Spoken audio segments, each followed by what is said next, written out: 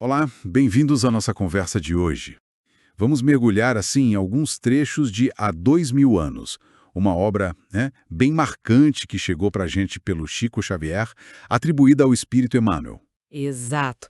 E a fonte é muito interessante, né? É um romance que mistura história e espiritualidade, levando a gente lá para o século I, sabe? Bem no meio do Império Romano. A gente acompanha o Públio Lentulus, um senador cheio de poder, mas que vê a vida dele virar de cabeça para baixo por causa de umas visões do passado e, claro, pelo encontro com o cristianismo que estava começando. É isso.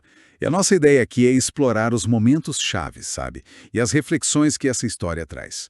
Tem drama pessoal, tem o contexto histórico de Roma e essa visão aí sobre causa e efeito, destino, enfim. Vamos lá. Bom, a história começa com o Públio Lentulus.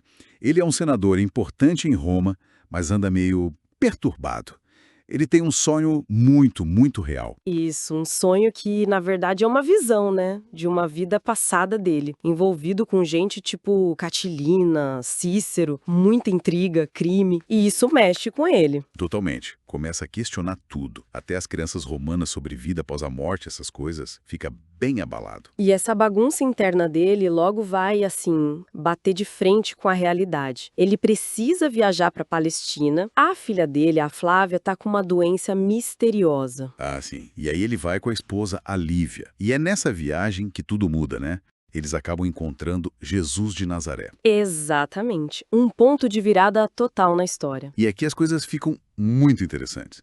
Porque a Flávia é curada, milagrosamente. Mas a reação do casal é completamente oposta. Pois é, a Lívia fica muito tocada, sabe? Pela mensagem de Jesus, pela humildade, pelo amor. Ela começa a se conectar com essa nova fé. Já o Públio, O Públio não. O orgulho dele de senador romano fica ferido. Como assim, né? Aceitar um ensinamento que vai contra tudo o que ele acredita. A hierarquia, o poder de Roma. ele resiste, totalmente. Então aquela cura que podia unir o casal, na verdade acaba mostrando uma divisão profunda. A abertura da Lívia, de um lado, e a teimosia orgulhosa do Públio, do outro. E essa divisão só piora, né? Porque vem mais problemas. O filho deles, o Marcos, é raptado. E tem uma ligação com o passado do Públio nisso, não é? Tem sim, uma ligação bem direta. Quem rapta o menino é um tal de André de Dioras. Ele está buscando vingança. Porque o Públio, anos antes, tinha condenado o filho dele, um rapaz chamado Saul, para as galés. É terrível. Aí entra forte aquela ideia de causa e efeito, né? O que você faz, volta para você. É um ponto central do livro, essa coisa do karma, digamos assim. E para piorar, ainda tem as intrigas. Um sujeito, Sulpício Tarquinius, começa a inventar coisas sobre a Lívia, a envenenar a mente do Públio, que já estava desconfiado. E ele acredita. Cego pelo orgulho, pela desconfiança, acaba rejeitando a Lívia. Injustamente. É muito triste. E ela, coitada, encontra consolo onde? Na comunidade cristã, que já sofria perseguição naquela época. E o ápice dessa parte da história é o martírio dela, né? No circo máximo. Um momento chocante e muito forte.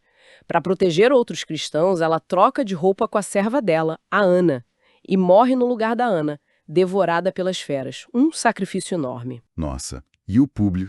Ele só descobre a verdade bem depois, que ela era inocente, que ela morreu no lugar da serva. Tarde demais. O remorso deve ter sido gigantesco. Imagino. Mas o ciclo de consequências que você falou ainda não acabou para ele, né? Não mesmo. Anos se passam. A gente está agora na destruição de Jerusalém, uma confusão total, e o Públio, que a essa altura já está cego fisicamente, é capturado pelos rebeldes. Liderados por quem? Pelo André de Dioras. Exato, o mesmo homem.